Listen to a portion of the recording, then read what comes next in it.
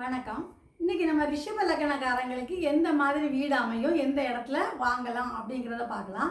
அதான் ரிஷப லக்னத்துக்கு காலபுருஷனுக்கு 5வது வீடு தான் உங்களுக்கு 4வது வீடாக வருது. அப்போ அது சிரராசி சூரியனோட வீடு.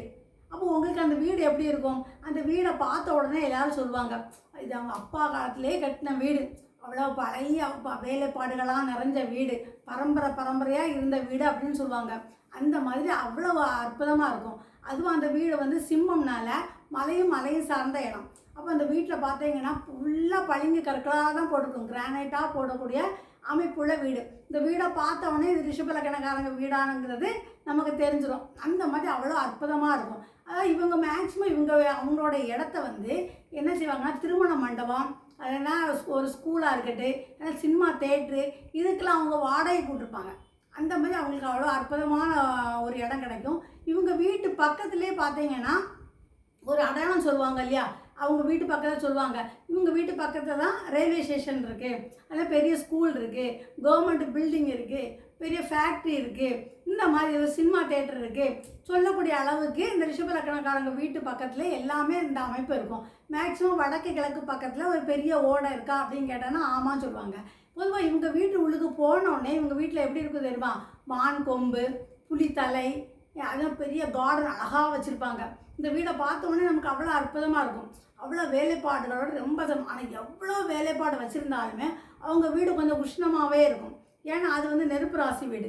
என்ன தான் அவங்க ஏசிலாம் போட்டு குழுக்குழுன்னு வச்சுருந்தாலும் கொஞ்சம் சூடு இருக்க தான் செய்யும். இந்த வீட்டில் வாடகைக்கு இருந்தவங்க கூட இந்த வீடு அவ்வளோ அழகாக வச்சுருப்பாங்க வேலைப்பாடோடு. அவங்கள்ட்ட கேட்டால் போகிறோம், நான் 20 வருஷமாக அந்த வீட்டில் இருக்கேன், சிறராசி பார்த்தீங்களா, 20 வருஷமாக அந்த வீட்டில் இருக்கேன்னு. அவங்க அந்த வீடு அந்த அளவுக்கு தான் சொந்த வீடு மாதிரி பார்த்துப்பாங்க. அப்போ உங்களுக்கு இந்த மாதிரி வீடு அமையக்க வாய்ப்பு இருக்குது. சரி மேடம், நீங்கள் சொல்கிறதெல்லாம் கேட்கும்போது வீடு வாங்கணும் போல் இருக்குது, எனக்கு எப்போ நான் சொத்து வாங்குவேன்?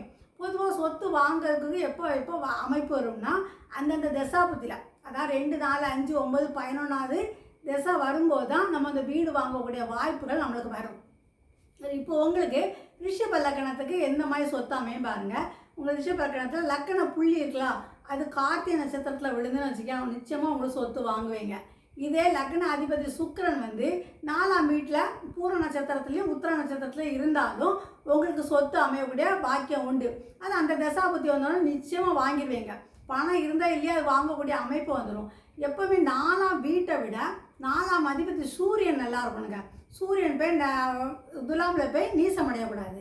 இதுவே சூரியன் அதே வீட்டில் இருந்தாலும் உங்களுக்கு சொத்து அமையக்கூடிய பாக்கியம் உண்டு. இதுவே சூரியனு கூட செவ்வாயும் சேர்ந்துருந்துன்னு வச்சுக்கோங்களேன், உங்கள் வீடை பார்த்தோன்னே சொல்லுவாங்க இது பெரிய புகழ்பெற்ற வீடுன்னு. அதான் இந்த வீட்டில் வந்து என்ன பண்ணுவாங்கன்னா, அவங்க அம்மா அப்பாவுடைய பேரை வச்சு அந்த வீடை கட்டியிருப்பாங்க. வெளியில் இல்லம் போடுவோம் பார்த்தீங்களா, தாய் தகப்பனாரோட பேரை வச்சு அந்த வீடு இல்லம் போடக்கூடிய வாய்ப்பு அவ்வளோ அற்புதமாக இருக்கும். இந்த இடத்துல சனி பகவான் இருக்காருன்னு வச்சுக்கோங்களேன், அப்போ உங்களுக்கு வந்து முன்னோர் சொத்து இருக்குதுன்னு அர்த்தம், பழைய சொத்து இருக்கும். அப்போ உங்கள் எனக்கு வீடே இல்லை மேடம் அப்படின்னு சொல்லாதீங்க, உங்கள் முன்னோர் சொத்து ஒரு சொத்து இருக்கும். நீங்கள் அதை அம்மா அப்பாட்ட கேட்ட பார்த்தீங்கன்னா 4ஆம் இடத்துல சனி பகவான் இருந்தால் உங்களுக்கு அந்த சொத்து அமையக்கூடிய வாய்ப்புகள் இருக்குது.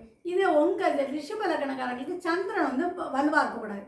இப்போ ரிஷப லக்னத்தில் லக்னத்தில் சந்திரன் மட்டும் இருந்தாச்சுன்னா உங்களுக்கு வீடு அமையாது. ஏன்னா அது 8க்கு 8ஆம் இடம் 3ஆம் இடம் தான் சந்திரனோட வீடு. அது கூட சனி பகவான் இருந்தான்னு வச்சுக்கோங்களா வீடு அமையும். ஏன்னா சனி பகவான் ரிஷப லக்னத்துக்கு யோகாதிபதி. எல்லாரும் சொல்லுவாங்க சனியும் சந்திரனும் சேர்ந்துருந்தால் நல்லது இல்லைன்னு, ஆனால் உங்களுக்கு நல்லது.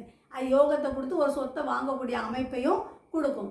இதுவே உங்கள் ஜாதகத்தில் 4ஆம் இடத்துல குருவும் சந்திரனும் சேர்ந்துருந்து வச்சுக்கோங்களா, ஏன்னா குரு சந்திரன் யோகம் இருக்குது, அப்போ வீடு கிடைக்கணும் நிச்சயமாக கிடைக்காது. ஏன்னா அது 3, 8க்கு அதிபதி. சந்திர பகவான் 3, குரு வந்து 8க்கு அதிபதி. 3, 8க்கு அதிபதி இருந்தாலும் வீடு அமையதுக்குள்ள பாக்கியம் கிடையாது. அப்போ உங்களுக்கு எந்த மாதிரி கிரகங்கள்லாம் இருந்தால் வீடு அமையுங்கிறதையும் சொல்லிவிட்டேன். மேக்ஸிமம் உங்களுக்கு என்ன தசை கிடைக்குன்னா கிழக்கு தசை ரொம்ப அமோகம். அதான் 4ஆம் அதிபதி சூரிய பகவான் எந்த வீட்டில் இருக்கிறாரோ உங்களுக்கு அந்த என்ன தசையோ அந்த தசையிலையும் உங்களுக்கு வீடு அமையக்கூடிய பாக்கியம் இருக்குது. இப்போ சப்போஸ் உங்கள் ஜாதகத்தில் சூரியன் வந்து உச்சமடைகிறாரு, மேடம் என்ன சூரியன் உச்சமாக இருக்காரு 4ஆம் அதிபதி, அப்போ நான் கிழக்கு தசை பார்த்து வீடு வாங்கலான்னு நினச்சேன், ஆனால் எனக்கு இந்த வீடு நினைக்கவே இல்லை. அது ஏன் நினைக்கலைன்னா, உங்களுக்கு இங்கே ரிஷப லக்னம் கன்னி ராசியாக இருந்தீங்கன்னு வச்சுக்கோங்களேன், கன்னியில் சந்திரனோட வீடு அஸ்த நட்சத்திரத்தில் இருந்தீங்கன்னா நிச்சயமாக அந்த வீடு அமையாது. ஏன்னா சந்திரன் பலம் இல்லாமல் இருந்தால் தான் உங்களுக்கு வீடு அமையக்கூடிய வாய்ப்புகள் இருக்குது. சரி, நாளைக்கு மிதுன லக்னத்தை பார்க்கலாம். என்னோடய சேனல் உங்களுக்கு பிடிச்சிருந்தால் லைக் பண்ணுங்கள், ஷேர் பண்ணுங்கள், கமெண்ட்ஸ் கொடுங்க, சப்ஸ்கிரைப் பண்ணி வச்சுக்கோங்க, பக்கத்தில் பெல் பட்டனை கிளிக் பண்ணுங்கள்.